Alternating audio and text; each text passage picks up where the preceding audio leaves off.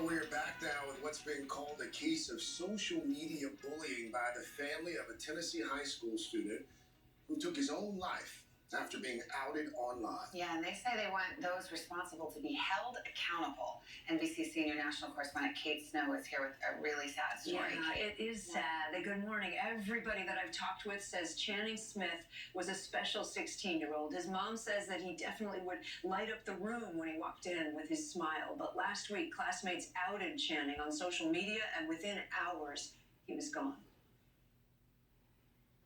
Channing was a human being. Mourning and outrage in the small community of Manchester, Tennessee. Our kids are being bullied. Family and friends gathering last night to remember 16-year-old Channing Smith, discussing how to make sure nothing like this ever happens again. He didn't deserve what he got, and no one does. No one deserves to be bullied.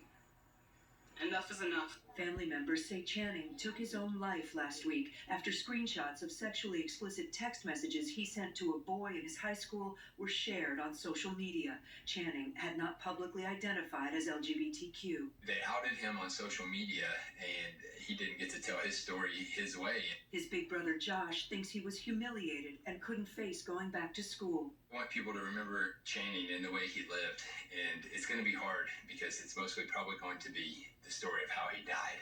The teenager had just gotten a new job, a new motorcycle, and loved working on cars. He was also a gifted musician, playing multiple instruments. Channing's family hopes the teens who shared the text messages will face consequences. Social media, that's the new weapon of choice for a lot of these kids, and us as adults, we need to be aware of this.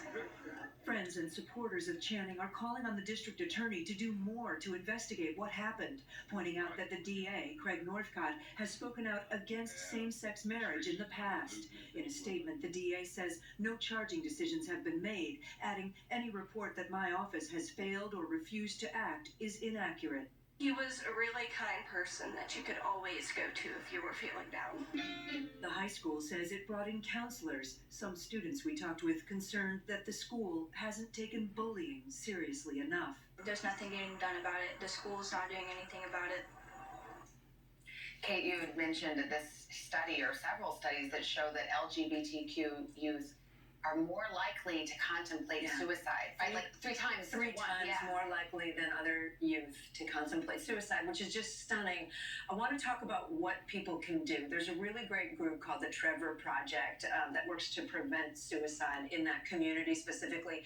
They suggest a few things. Be careful about who you share with on social media. I know that sounds obvious. They also say try to block negativity by using comment controls available on most platforms. And the most important piece of advice for young people is find a trusted adult. And that way, if something happens, like you're outed before you're ready, you have someone you can talk to, right? Maybe it's a parent, maybe it's a friend. And if someone you know needs help, there's a phone number we want to put up. It's the Trevor Lifeline. They're available 24/7 right now, 1-866-488-7386, or you can text 678-678. We'll also